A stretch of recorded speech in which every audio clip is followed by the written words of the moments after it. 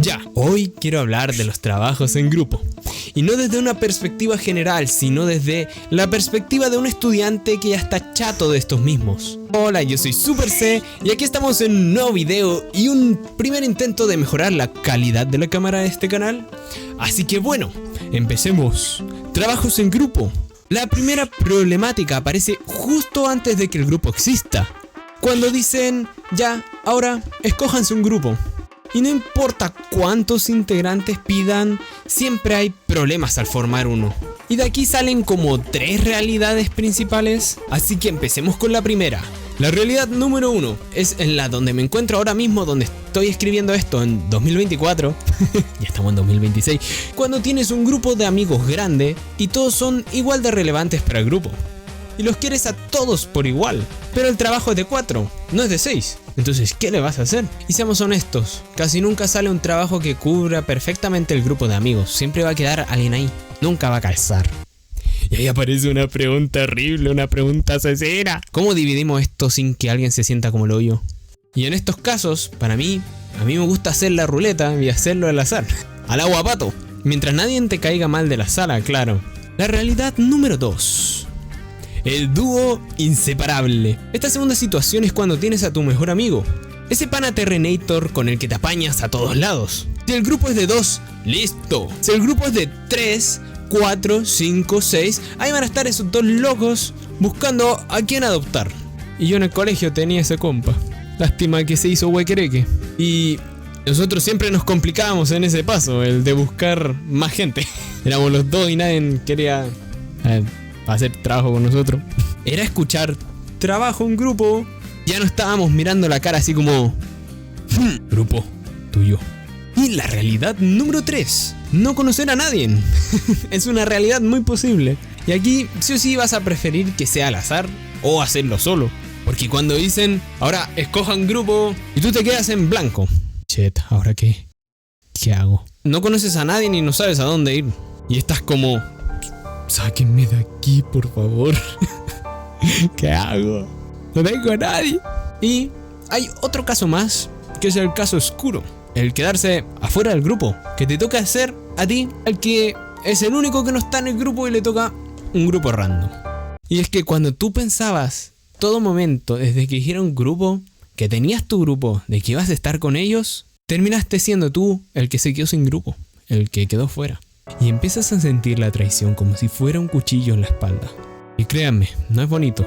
Dependiendo del caso, esto puede hasta separar grupos de amigos. Y ya después de ese trabajo te da lo mismo todo. Si al final es un trabajo en grupo, eso no va a separar la amistad y los amigos que conociste en el camino, porque de eso se trata el colegio.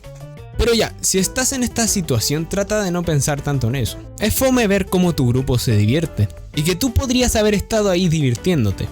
Pero míralo como una oportunidad de conocer nuevas personas. A lo mejor ahí conoces a tus mejores amigos de verdad. En todo caso, en la vida adulta vas a trabajar con gente que ni siquiera escogiste y que también no son tus amigos, para nada.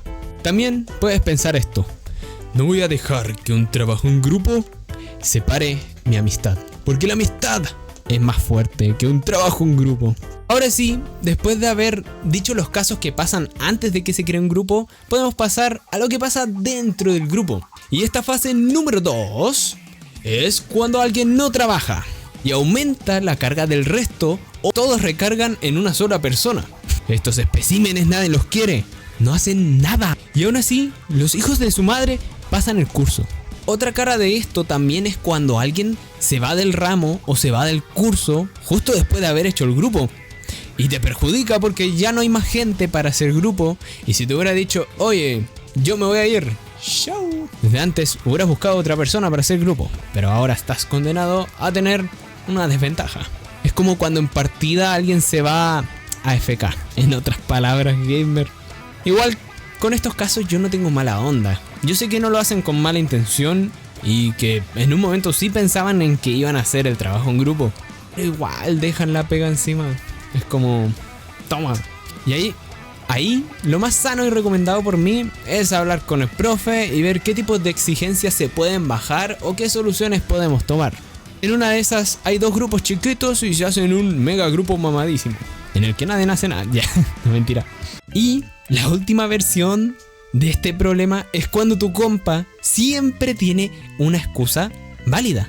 ¿Tú no crees cómo esa persona tiene tantas desgracias en su vida? Muestra fotos y es verdad.